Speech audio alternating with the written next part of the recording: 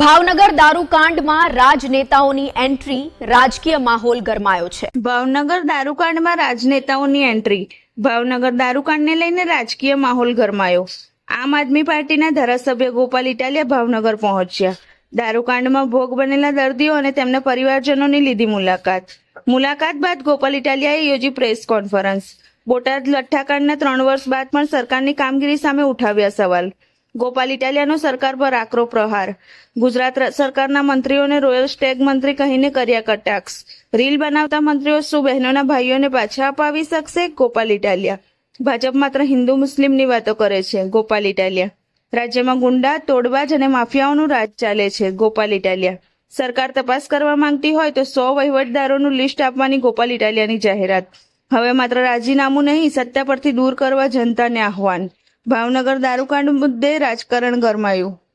બરવાળાને જે બની ગઈ અગાઉની રોજિંદની એ વાત આ ઘણા સમય પછી ફરી બની છે। શું કેવું છે? તમે મુલાકાત કરી છે ગોકર્ણની? આજે ભાવનગર જિલ્લામાં બનેલા લઠ્ઠાકાંડના અનુસંધાનમાં જે પીડિતો દવાખાનામાં દાખલ છે એની મેં મુલાકાત લીધી, ખબર અંતર પૂછ્યા અને એમની પાસેથી પ્રશ્ન પૂછીને જાણવાની કોશિશ કરી કે શું કહેવા માંગે છે।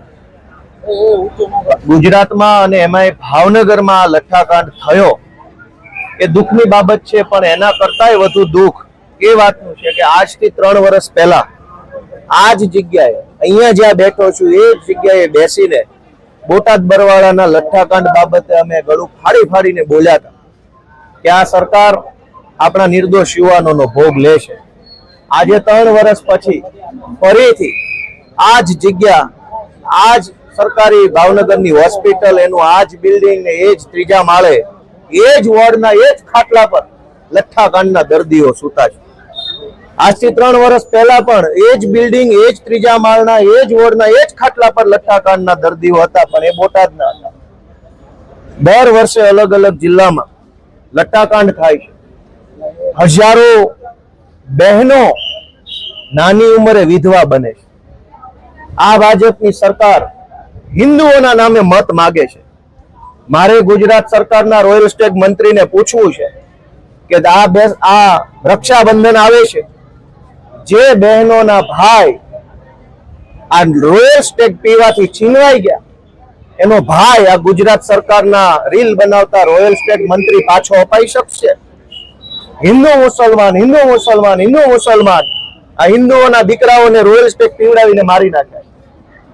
ગાંધીનગરમાં બેઠેલા ગૃહ વિભાગના રોયલ સ્ટેગ મંત્રીને પૂછવું છે કે આ રક્ષાબંધન આવે છે, બેન ક્યાં રાખડી બાંધવા જશે? કયા ઘરે જવાનું? કયા હાથે રાખડી બાંધવાની? ઈ બેનની પીડા, ઈ માની પીડા, ઈ ભાણીની પીડા ગાંધીનગર સુધી પહોંચવાની છે ખરી? અને પીડા ગાંધીનગર પહોંચતી હોત તો બરવાળા બોટાદના લઠ્ઠાકાંડ પછી આ બીજો લઠ્ઠાકાંડ ન બન્યો હોત।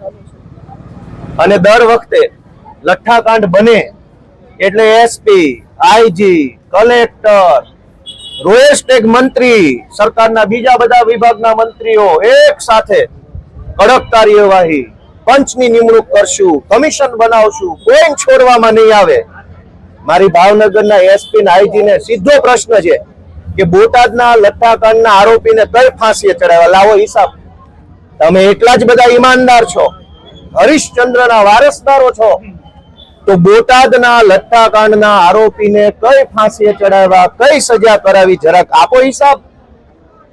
ઘટના પછી ઘટના, ઘટના પછી ઘટના, નિર્દોષ યુવાનોનો ભોગ લેવાઈ જાય અને સરકાર માત્ર વાર્તા કર્યા કરે। આ કેટલું દુઃખદ છે। જે લોકોએ આ ઝેરી દારૂ બનાવવાનું કામ કર્યું, એમાં દુઃખનો વિષય જુઓ કે ગુજરાતમાં દારૂ બંધી છે, પણ અહીંયા ઇંગ્લિશ દારૂનું મેન્યુફેક્ચરિંગ ચાલુ થયું છે। બધા જ જિલ્લાઓમાં ફેક્ટરીઓ છે, નકલી દારૂ બનાવવામાં આવે છે। બોટાદમાં જ્યારે લઠ્ઠાકાંડ બન્યો ત્યારે પણ અમદાવાદની ફેક્ટરીમાંથી ઇથેનોલ આવેલું, અને ભાવનગરમાં દારૂ બન્યો તો પણ અમદાવાદથી ઇથેનોલ આવે છે। સરકારનો તો એવો દાવો છે કે આ કડક હાથે કામ લેવા વાળી સરકાર છે, પણ કડક હાથે કામ કોની સામે લેવામાં આવે? જનતા સામે કે બુટલેગરો સામે? મને યાદ છે કે અગાઉના લઠ્ઠાકાંડ વખતે રોયલ સ્ટેટ મંત્રીએ એવું કીધેલું કે હવે પછી ગુજરાતમાં કોઈ ઘટના ન બને એવો નમૂનારૂપ દાખલો બેસાડવામાં આવશે. ભાઈ તમારી વાત તો બુટલેગરે માનતા નથી, હાલી હું નીકળ્યા છે. નહીતર ગુજરાત રાજ્યના રોયલ સ્ટેટ મંત્રી એમ કહી દે કે હવે કોઈની ખેર નથી અને ભાવનગરમાં પાછા રોયલ સ્ટેટની બોટલો બનાવવાનું ચાલુ થઈ જાય, તો આ બુટલેગરો તો મંત્રીને ઘોળીને પી ગયા છે, સરકારને ઘોળીને પી ગયા છે, આને કોઈનો ડર નથી.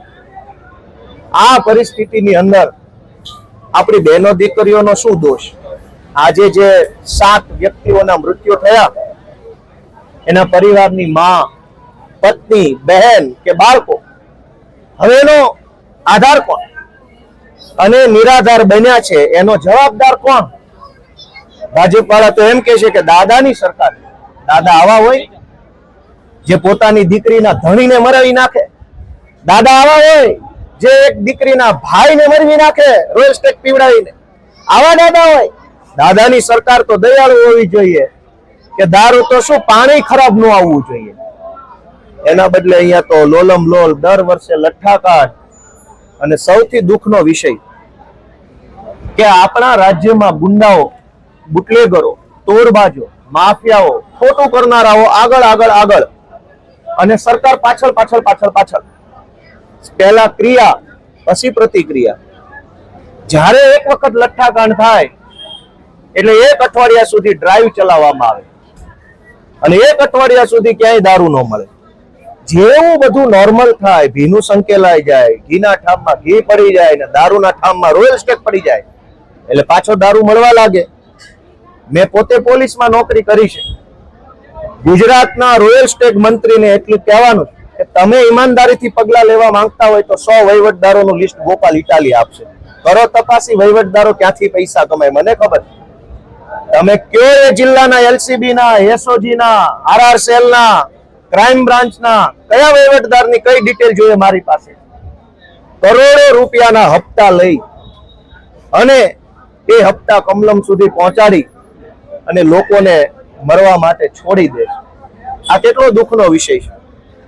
અને અંગ્રેજી દારૂમાં લઠ્ઠાકાંડ, દેશી દારૂના લઠ્ઠાકાંડ તો જોયા, પણ ભાજપ વાળાએ અંગ્રેજી બોટલમાં લઠ્ઠાકાંડ બતાવ્યો. ગુજરાતમાં દારૂબંધીની આ હાલત દુનિયા જોઈ રહી છે. અને છેલ્લી વાત કે સરકારમાં હું એમ નહીં કહું કે રાજીનામું આપી દે, કેમ કે આ એટલા જેનામાં 1% માનવતા હોત એના રાજમાં એકની એક ઘટના 2 વાર બનવી ના જોઈએ. એટલે આનામાં માનવતા નથી. અને જેનામાં માનવતા ન હોય એની પાસે કઈ માંગણી ન હોય. માંગણી તો જેનામાં માણસ હોય, જેના હૃદય રામ હોય, જેનો આત્મા જાગતો હોય એની પાસે માંગણી હોય. મારી માંગણી ગુજરાતની જનતા પાસે છે કે એ લોકો રાજીનામું નહીં આપે. તમે આને ભગાડવા માંગો છો કે કેમ? દર વખતે 10, 20, 30, 40 વ્યક્તિઓના મૃત્યુ થાય અને આપણે રાજીનામા માંગતા રહીએ અને રાજીનામું આપે નહીં પણ નવા મૃત્યુ થઈ જાય, વળી નવા મૃત્યુ.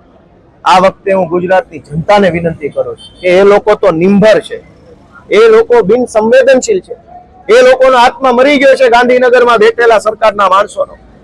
આપણો જો આત્મા જાગતો હોય ને તો આપણે હવે જાગવું પડશે અને આ લોકોને ભગાડવા પડશે.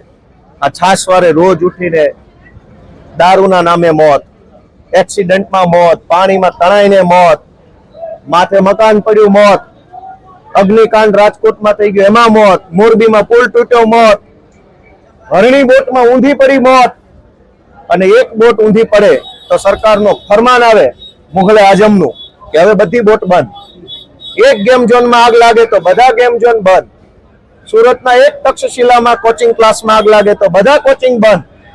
પણ હજારો વખત દારૂના નામે લોકો મરે છે તો દારૂ કેમ બંધ નથી થતો? એક ઘટના બને એટલે અંધેરી નગરી, ગંડુ રાજા, તગલકી ફરમાન બધું બંધ કરી દો. કોઈ તો હોવો જોઈએ આ સરકારમાં કે જે લોકોના મોત ઉપર દુખી થાય. કોઈને તો અંદરથી આત્મા જાગવો જોઈએ કે આ ક્યાં સુધી આવું ચાલશે. અને સાવ છેલ્લી વાત કે મેં આ ખાટલે સૂતેલા દર્દીઓને પૂછ્યું, મેં કીધું ભાઈ તમે શું થયું? મેં પોતે પોલીસમાં નોકરી કરી.